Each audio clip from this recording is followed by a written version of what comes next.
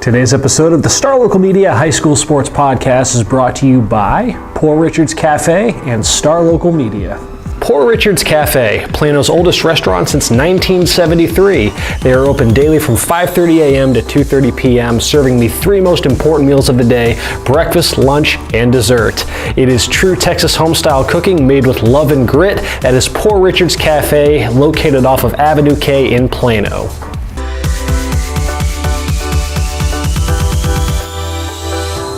Welcome to another episode of the Star Local Media High School Sports Podcast. My name is Matt Welch. I'm the sports editor at Star Local Media, and I am being joined by Kendrick Johnson and Taylor Ragland. On Monday, we talk baseball. This is Thursday's podcast, so you know what? Let's stick with the stick and ball sports, except let's talk some softball. We are inching closer and closer to the midpoint of district play, so with all of these teams, I guess within the next week or two, they'll all have seen each other at least once. So from what we know so far, let's just offer up some early observations in district play and just how we're feeling about where things stand at this juncture of the season. And considering that we have, 3/4 of the District 9 6A brain trust here, it seems like a logical starting point. Yep. Let's see, through 2 weeks of district play, we have only one undefeated team in the district remaining. It's going to be the Wild Wild West in 9 6A. So Plano West currently in first place all alone at 3-0. Plano Senior, a half game back at 3-1 because of the whole 7-team district thing. Then you have Allen Prosper tied for third place at 2-1. McKinney Boyd, one game behind those two, in fifth place at 1-2. Plano East in sixth place at 1-3, and McKinney bringing up the rear at 0-3. So let's start with West, because this was a team that I think we envisioned them being a definite bounce back candidate so long as Tatum Boyd was going to be healthy. But to already be in pole position for first place in the district and having already taken down teams like Plano Senior, so just kind of what do you make of just the hot start for the Lady Wolves, Taylor? Well, y'all have seen him more than I have. I mean, you saw him play Plano, right? You saw him play Boyd, I think. So, I mean, I haven't even gotten out to see him yet, but obviously I've talked to head coach Michael Etzem a lot, and I mean, they go as Tatum Boyd goes. I mean, she's just a superstar. She's outstanding. I mean, it's the same thing as Cackley over at Boyd. If you get a pitcher like that, and you can run her out there every single game, it's really tough to beat. I mean, she's 2 hits against McKinney, I think, in that win. 1 hit against Boyd in 11 innings. And a home run. Yeah, and a home run. She had 2 hits. She had 2 RBIs. No, I'm saying allowed. Oh, allowed. Okay. 1 hit against Boyd, and then had a huge home run right in the top of the 11th, right, to kind of kickstart that rally and get West the win there. And her only, air quotes, bad outing was against Plano, and she only allowed 2 runs. Yeah. I mean, and that's not a bad outing. No, I mean, she was just fine against Plano for sure. She was totally fine. For her standards, it was, like I said, a quote-unquote bad outing, but she's dominant. Like I said, she's a star. She's a no-hitter, perfect game threat every single time they run her out there in the circle. And if she can stay healthy, I mean, that was literally the only thing that really sunk them last season, is because they had her last season, but they lost her that injury earlier in district play and could never really recover. This year, it's kind of what we expected last season to be. You have her healthy, you run her out there every single night.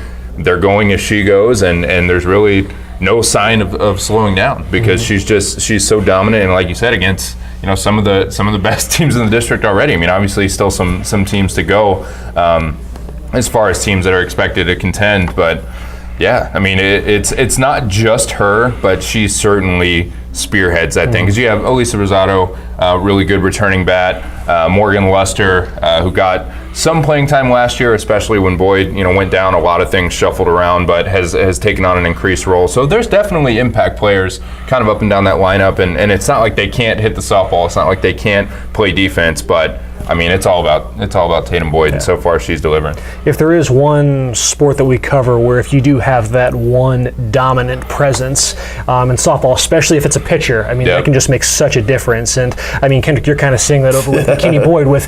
This is the role that Kinsey Cackley is on right now, just despite only being a sophomore, right? Sophomore. I mean, she is. Talk about a tough loss. Yeah, I mean, did you envision her making this kind of a leap from her freshman to sophomore year? This is how I'm. First off, just give us a little backstory and just some of these ridiculous strikeout numbers that she's posting, because this is one of the best pitchers in the state right now. Yeah, she's got 305 Ks in county as we track down. I looked at her stats. She's only given up 2 earned runs or less in every game. So she hasn't given more than 2 earned runs in any game.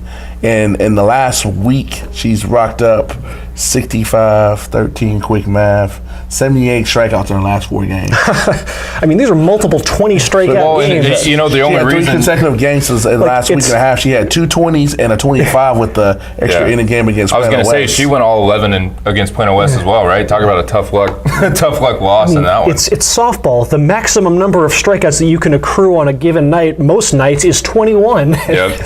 Yeah, and she's getting 20 on the regular in this district too, with some of the best teams in the area. And the thing is, coming into the season, her goal, she threw 247. She got Ks last year. She wanted to get 255, and she's obliterated that. So when you're doing things that you didn't think you could do, that's how much of a roll she's on. Yep. She's on pace for 500 Ks for the season. But credit to her, the game, 25 strikeout game, she missed a location on Tatum Boyd, who hit it over the left field fence to basically put the game away for West. Yeah, she can hit too. Out of all the pitches she made, all the great pitches she made, she was upset about that one pitch because her main goal is to get Boyd into the playoffs, who's been down, and she started turning things around last year that made them a 500 team. So now they're trying to find a way to get over that hump, because that'd be a big deal for that program to get in the playoffs. Just like 2 years ago, my first year, they didn't win a game. They were 0 for the gopher. So the fact that they're in the mix, it's a different atmosphere, and she's a key reason. And she's bad too. She's one of the key batters too. So in fact, Tatum Boyd struck out everybody but her, I think, in her 19K strikeout game. Yeah, so I mean, a player she's not just a pitcher. She definitely is a great athlete and one of their best hitters, if not their best hitter. I mean, but she will give them a fighting chance in every game, it feels like, regardless of the opponent in this district. The main thing about boys, they can't beat themselves. Like I said, against Plano East, she threw the no-hitter, but against Plano West, they had 2 errors that led to 2 earned runs. That'll get you beat. Yep. Against Prosper, she had 0 earned runs, but they gave up 5. Speaking of errors and beating yourselves, I guess we could transition to Plano East. Man, this is a program that, expectations were a little up and down, I would say, coming into this year. They lose some really talented players, bring back Carson Armijo, Nicole High, plenty of talent, but they can't get out of their own way. I mean, you've seen them as much as I have. I saw them against Allen, and I mean, that was kind of what this all boiled down to. This was a game that Plano East was in position to potentially win there in the 7th inning. But even regardless of what happened in the 7th, they dug their own grave just because of just the errors that they continue to commit. They've had at least 4 errors their past 3 games. They had 4 against Plano, 5 against Allen, 4 against Prosper. Talk about recipe to losing. And that Prosper game is a game that they won 12-8. They were up like 11-2 at one point. I covered that game. That game should have been over in the 5th, and it shouldn't have even been close. And right there in the last inning, they let Prosper. They cracked the door, and you never know with teams in this district. You cannot afford to give people 4 or 5 free bases every single game with your defense. That's disregarding walks, everything else. You're just literally handing out bases with your defense. I mean, they're averaging almost 7 runs per game over those aforementioned 3 games. So the offense is there. They certainly have bats for sure. Nicole High is a spectacular pitcher, but they just cannot get out of their own way on defense. And this was something that held them back at junctures last season. It was a big contributing factor to them missing the playoffs. And I mean, it's just tough to see that it's still an issue. And this just is not the kind of district that you can get away with that in. What does Prosper do to make these people make these errors? Because they had Boyd made 3 errors the other night, and it led to a 5-run inning, and that's why they won 5-2. I mean, they're a good softball. They're a good softball team, and a lot of times it literally boils down. Props to them for getting them errors, forcing them errors, and taking advantage. Just put the ball in play. I mean, that's going to be the book on Plano East from here on out until they do something to address this. It's going to be like, we have a chance to be in any game against Plano East if we just put the ball in play, because who knows, they're going to throw it around, they're going to boot it, who knows what they're going to do. That's one thing about this district that I'm already to me, my take is the bottom teams, the Plano Easts and the McKinneys, they're going to pop somebody is the amount of time. Absolutely. Like McKinney High, Plano East I don't want to they're a very talented team. They got 4 or 5 girls that are sophomores that are already signed up to go D1 in college, but they don't have a consistent pitcher because a lot of people are playing opposition, but they can hit get the ball. Like they lost to, I think, in a shootout to Plano and Prosper. So it's only a matter of time they put it together and beat somebody that the standings said they shouldn't beat. That may come into the difference between somebody being in and out the playoffs. And see the same way with Plano East, even though I haven't seen them play, that they're going to bust somebody. Plano East can hit. Plano East can pitch. Plano East can. I mean, they do pretty much everything except play defense right now. But that, I mean, if you're gonna stumble in one area, it probably shouldn't be that area. Not this district. Yeah. These girls are too good. With Plano, Plano was, for all the as great as Plano West has been, Plano was they were in position to win that game. They were 1 out away from being what I guess would have been 4-0 in first place in this district. They led a 2-0 lead, slip away in the 7th inning against West. Plano West, which had just the bats had been dormant all game long, or at least Plano's defense had been solid. West was getting contact, but Plano's defense behind Audrey McNeil was really, really strong in that game. And then West finally starts putting it together, and then it was a grounder to short, and then just a short arm throw to first that denied that third out, and then West was able to carry that momentum on to a 4-2 victory, and that's the only blemish on Plano's District 9-6A resume. They're 3-1, and I mean they haven't really they throttled Allen in the first, which looks pretty impressive now in hindsight. They throttled Allen 7-1, but they've really had to grind out a couple other victories. They were able to hold off McKinney 8-6. They needed 8 innings to at last gain an advantage over Plano East. But it's a team that we expected this team to be in contention for the district championship, and it's turned out just that. They look the part of one of the better teams in this district, and you look at just the experience that they have back with 2/3 of their lineup returning from a team that went to the state semifinals. So much experience up and down. They've slid a couple freshmen into very prominent spots in head coach Justin Pipak's batting order. Kaylee Blackman batting second, Bella Bishop third. Those two have shown out just fine. The spotlight does not appear to be too bright for those two despite their age. And then you factor that with players like Kate Body, Zoe White, Natalie O'Brien, Lily Ray, players that have been in this through this grinder for several years now, and McNeil, who was one of these studs of last year's state semifinalist team. I mean, they're going to be really, really solid so far. A chance to be the best offense in this district, I think. Yeah. It's not a team that I like their balance. I think that is a chance to be the most balanced team. Whereas you have teams like with Tatum Boyd or Kinsey Cackley. Granted, that's a heck of an ace in the hole to have, but I think Plano has a top to bottom, perhaps the most balanced team in 9-6A. Yep. I'm sorry. No. I know it's cliche, but basically, every game counts in this district. Yeah, I mean you look at East. It's cliche, but it's for real. East being 1-3, already that's a big hole to be in. Yeah. I mean it's tough sledding from here on out, even 4 games in. If you've kind of accumulated that kind of 1-3 or 0-3 or even.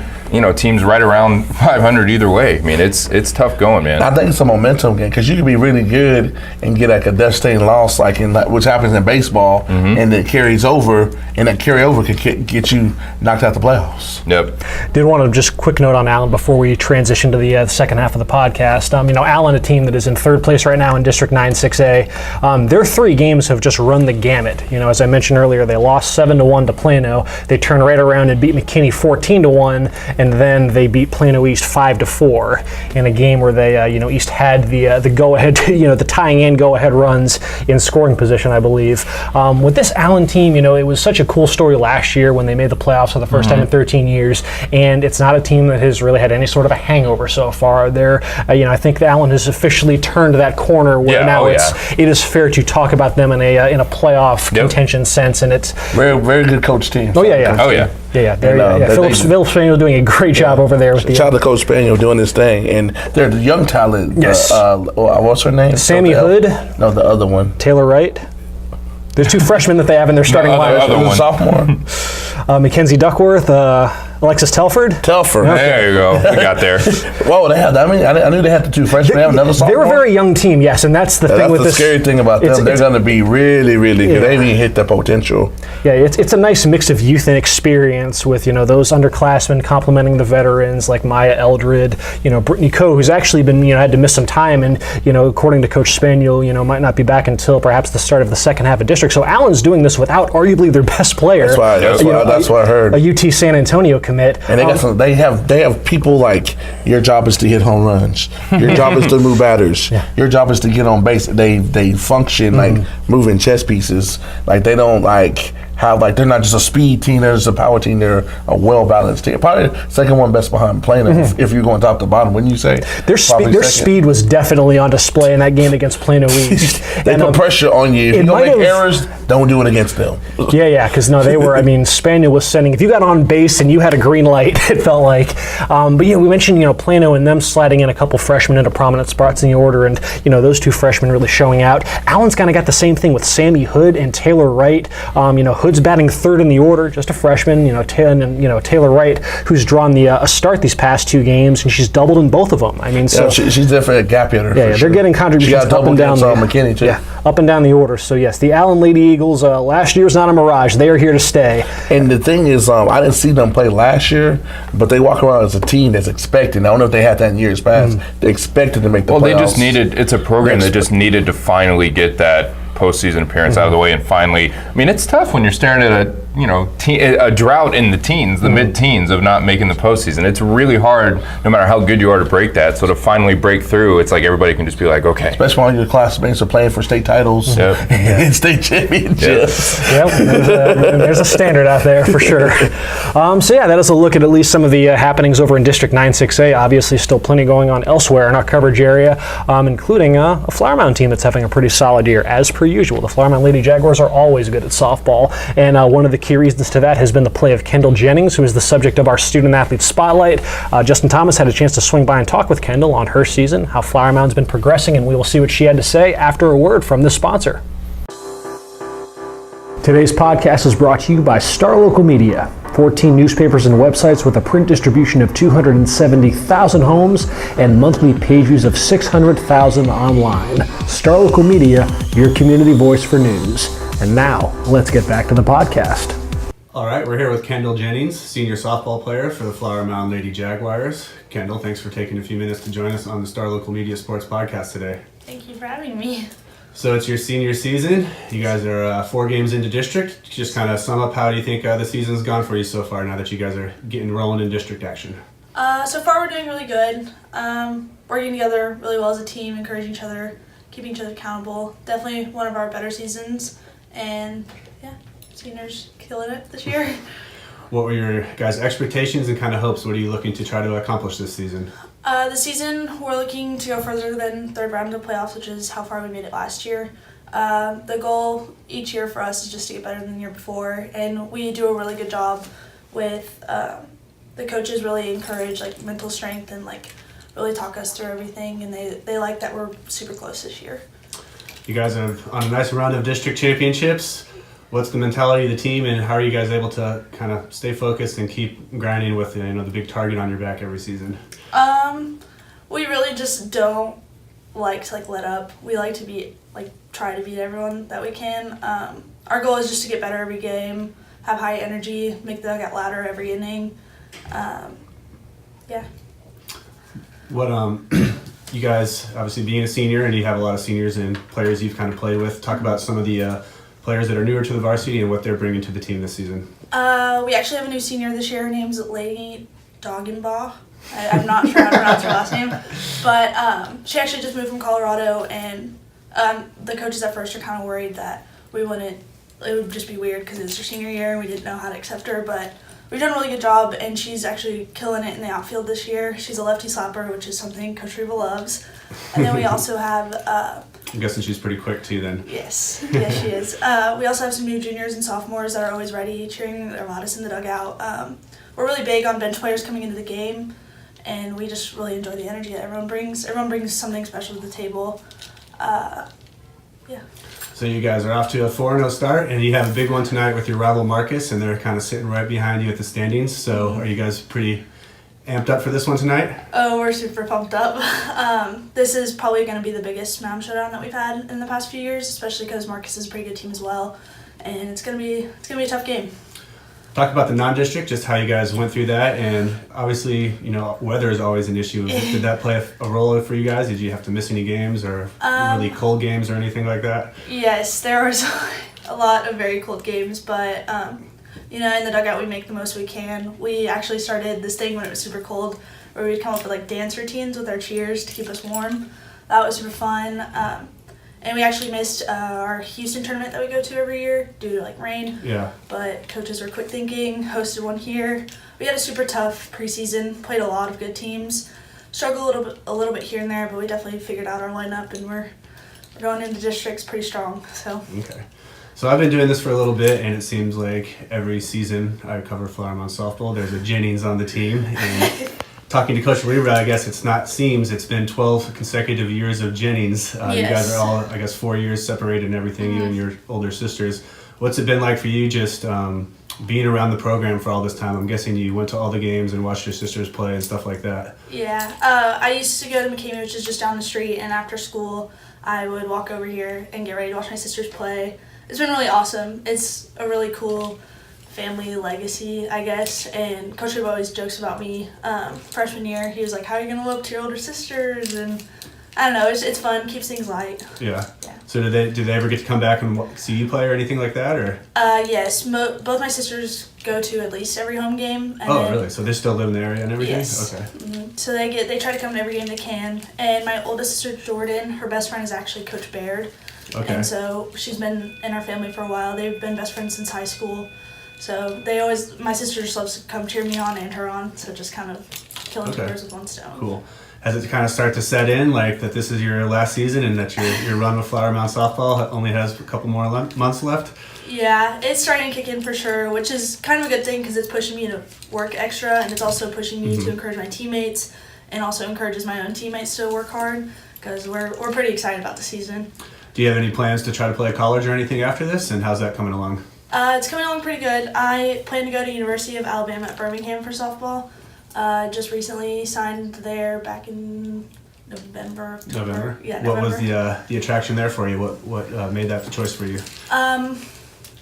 The head coach at UAB is the old assistant coach from Oregon, and they were looking at me in 8th grade. And originally I was going to Oklahoma State, but then some things kind of fell through. But Oklahoma State helped me find UAB because the head coach there really loved me, like from Oregon. Mm-hmm.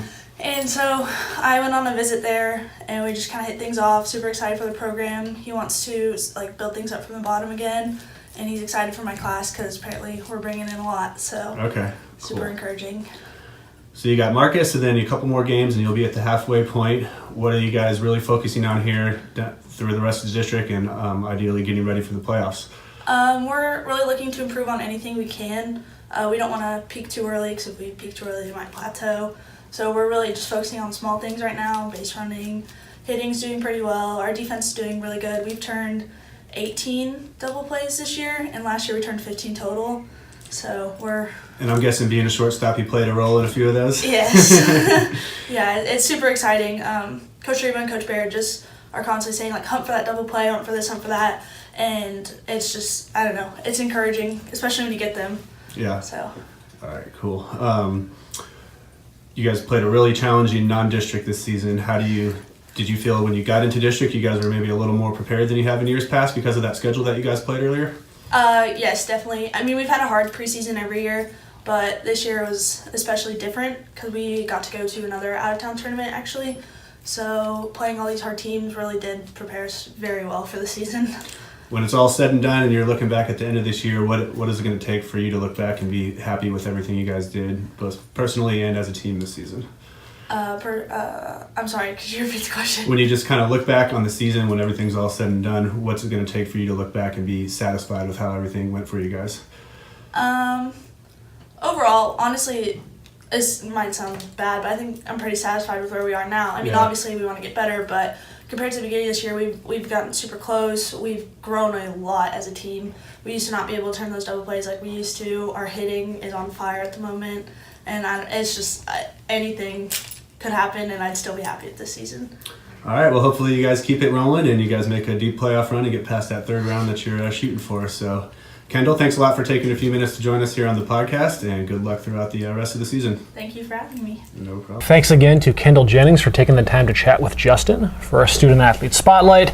And with that, let's see, we brought on Justin Thomas and Brian Murphy as we're going to continue just surveying the landscape of our high school softball teams. I'm going to be doing my best Devin Hassan impression for this edition of the podcast. He's out sick. So, in his absence, let's, you know what, we'll start there. We'll start with District 10-6A and 11-6. 6A. District 10 6A, which is just an exercise in just some of the weirdest box scores that you're going to see all season long.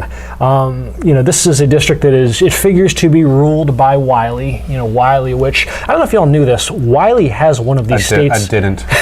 One of the, I don't know where you are in your Wiley softball trivia, Justin, but let me, just for parties down the road, you can drop this factoid on people and really win over the crowd. Don't do that. So Sachse has one of the longest active playoff streaks in the entire state.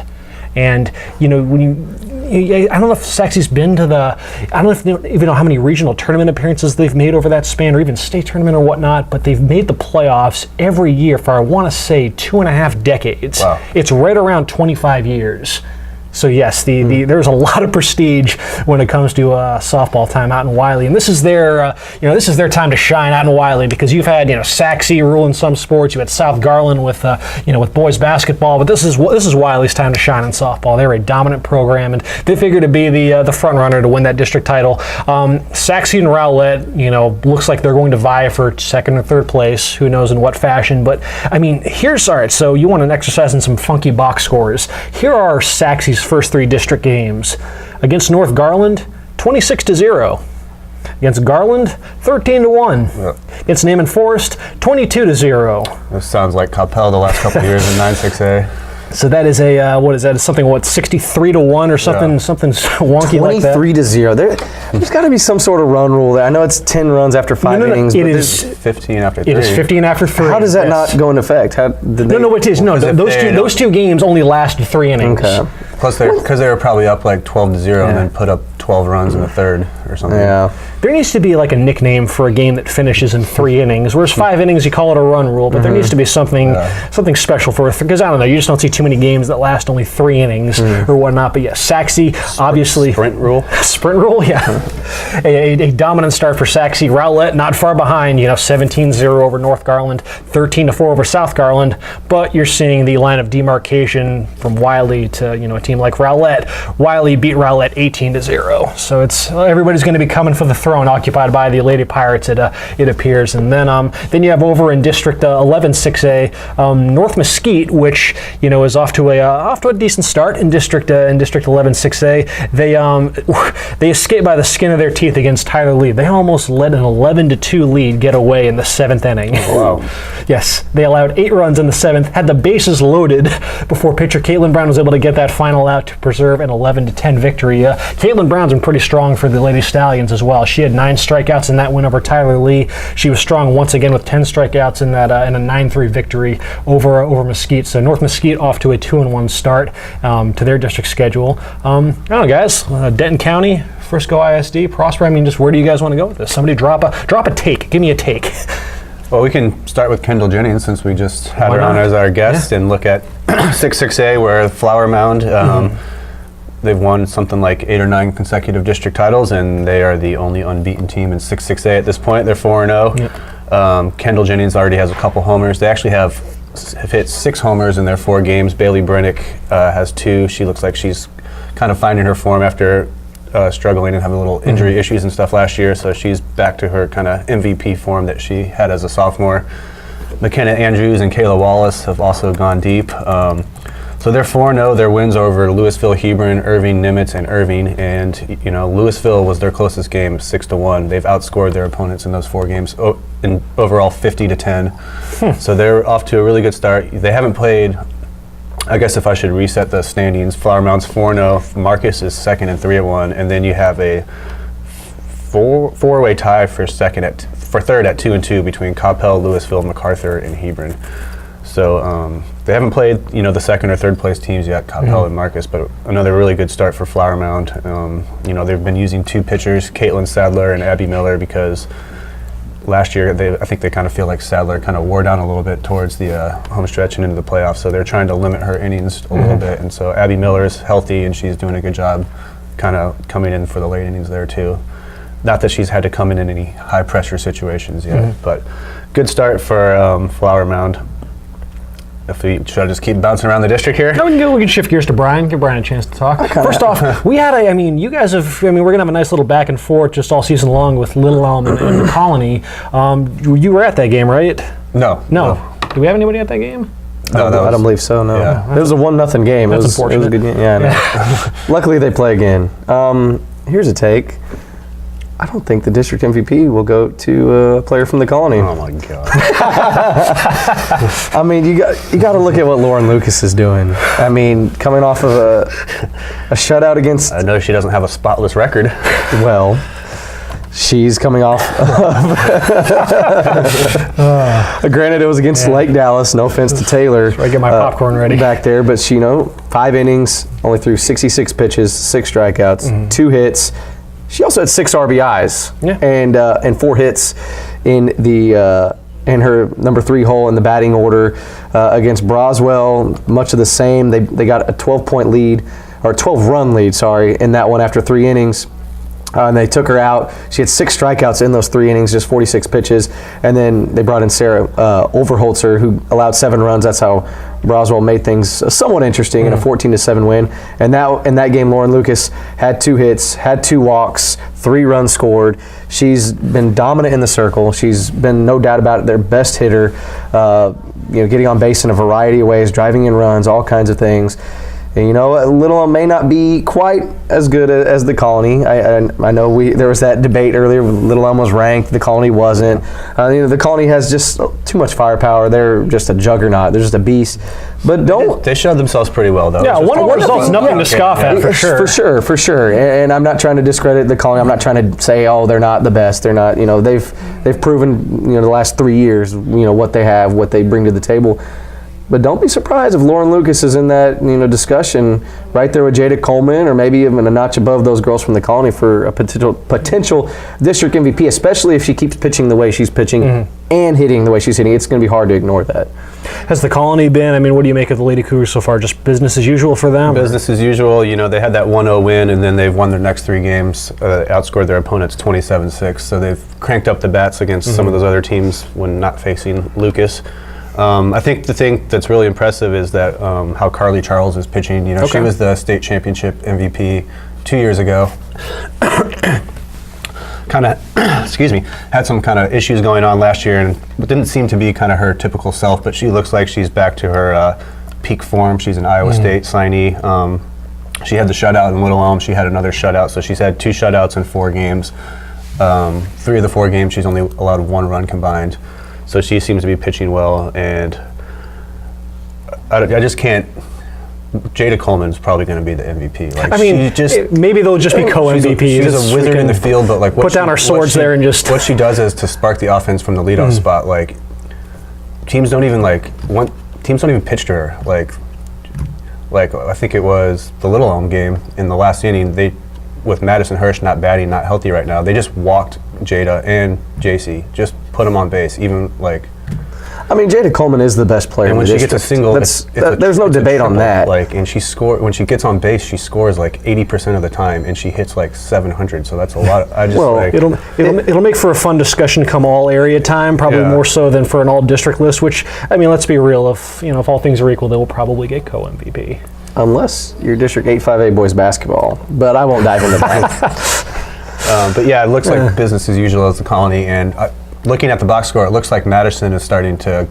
She had a wrist injury, so she's able to field and throw, and she only really suffers it when she swings. But it looks like she's starting to get some spot pinch hits and stuff. It looks like she might be getting her strength back and ready to get back in the lineup, and that would be a massive boost because they're scoring runs without her, and if they get her back, she's 15, 20 home run capable player signed with Kansas. So, Brian, any impressions over in Frisco ISD? So something that it's still not making any sense. The softball state polls, the TGCA. Granted, they didn't have the Colony. They still don't have the Colony on there, and they're undoubtedly, you'd say they didn't have the Colony on there until they made the state tournament 2 years ago. And that is absurd. They still don't have. So they list 10 teams. They actually list.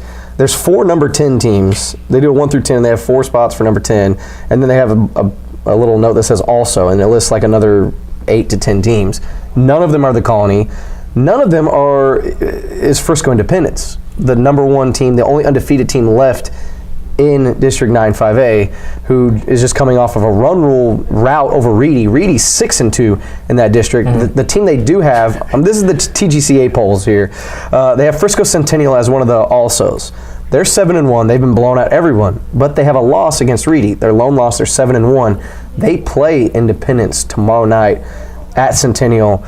Should be a good one. You know, Independence, they are rolling right now. They might have a district MVP candidate in Macy Allen. She is just demolishing the softball right now, and she's become a leader on that team. When I did the Q&A with Frisco Independence head coach last week, and you know, Independence, they're playing really well. Dating back to that win, come from behind win against Wakeland. You know, Wakeland has been the class of the softball district in Frisco for the past few years. They've been district champions year in and year out. This year, if the playoffs were to start today, they would be on the outside looking in, because you have Reedy at 6-2, Lone Star 6-2, Centennial 7-1, and then Independence 8-0. So it's really interesting there. And unbeaten's even more impressive in that district where you've already played 8 games instead of 4. Yeah. Exactly. And then, but this will be the first meeting between Centennial and Independence. So Centennial could shake things up if they beat Independence, but if Independence gets a win against Centennial, Independence is no doubt about it the best team in that district, and they should get recognition for be somewhere on the state rankings. You know, you don't go 9-0 and then beat Wakeland, Lone Star, Reedy, and Centennial and not be state ranked. That's a little. Yeah, not the state rankings, but the area rankings from DFW Fast Pitch. They have, just as far as teams that we've mentioned on this podcast, the Colonies at number 2 in 5A, Independence number 4, Little Elm number 5, Wakeland number 9, and then receiving votes Reedy. So. Yeah, that's some love from DFW Fast Pitch nonetheless. Justin, before we get out of here, any other notes from Denton County Ways? Some 6XA stuff I wanted to touch on. First, Hebron has had a kind of a pretty wild start to their district season. They're 2-2. They lost their opener to Irving Nimitz 1-0, even though Audrey Falks threw a no-hitter. So a couple miscues in the field kind of led to the one run. They put up, I think, 3 hits, but weren't able to scratch one across. That's looking like a loss that could I don't think it's going to hurt them in terms of a playoff spot, but I know this team really had, Hebron's never won a softball district championship, and that was a big goal for them, and that's a loss that could come back to hurt them. They followed that up, though, with a big walk-off homer against Coppell from Maddie Usey. Oh, the other thing I wanted to mention about that game, I wish I covered it because it took 1 hour and 7 minutes. Wow. That is a reporter's dream. Yeah, 1 hour and 7 minute softball game. And it was a full 7 innings? Full 7 innings, yeah. But so they got the big walk-off homer from Maddie Usey to beat Coppell, and then they come back and have a big win against Marcus. Audrey Falks got the win in that game, and she also homered in that game. And she also went deep in their other loss, and that was to Flower Mound, 13-6. So she's having a great start to the season. Speaking of Marcus, they've been pounding the baseball. They scored 31 wins in their wins over Nimitz and Irving. That game against Irving, they had 3 homers and they had 2 grand slams from Madison Johnson and Bella Hernandez. Lexi Benson had a homer on that one. She's also homered against Nimitz, so did Michaela Kinney. So Marcus is off to a pretty good start, sitting there at 3-1. And then Coppell is sitting there at 2-2. They cruised to wins over MacArthur and Lewisville. Then they had their 2 losses, walk-off loss to Hebron, and against Marcus, 8th inning, gave up a grand slam with 2 outs. Both of those homers came with 2 outs too. So they were, a couple outs and a run, in their half from being 4-0. Yeah. So that was Brooke Lawson for Marcus who hit that grand slam in the 8th inning, by the way. But yeah, so Coppell, I'm sure they thought they would be better than 2-2, but they've also played some of the tougher teams to start. And like I said, not a walk-off homer, but an extra inning grand slam and a walk-off homer away from being 4-0. So. Mention Marcus, them and Flower Mound cracking the DFW Fast Pitch state rankings. You have them plus other teams that we mentioned earlier in the podcast. You have Plano West in at number 4 in that poll, Flower Mound at number 5, Plano at number 6, Allen 8, Marcus 9, Prosper 10, and Plano East and McKinney Boyd receiving votes just outside the top 10. I should mention Lewisville's 2-2 also, but they haven't played quite the schedule. Both their wins are both over the Irving schools, and I think we're starting to see, as we've seen in some of the other sports, just a kind of pretty clear-cut distinction between the LISDs and Coppell and those Irving schools, even though Nimitz did pull off that win over Hebron. Yeah, and that'll do it for this edition of the podcast, guys. I guess we'll be back next week to talk. I guess high school soccer playoffs begin next week, so we'll be back to break down the postseason landscape for both boys soccer, girls soccer, give you all you need to know in advance of the postseason. In the meantime, folks, this has been Matt Welch, Brian Murphy, Justin Thomas. Appreciate you guys for tagging along. Ditto to Kendrick and Taylor. Folks, you enjoy your week, and we will talk to y'all later.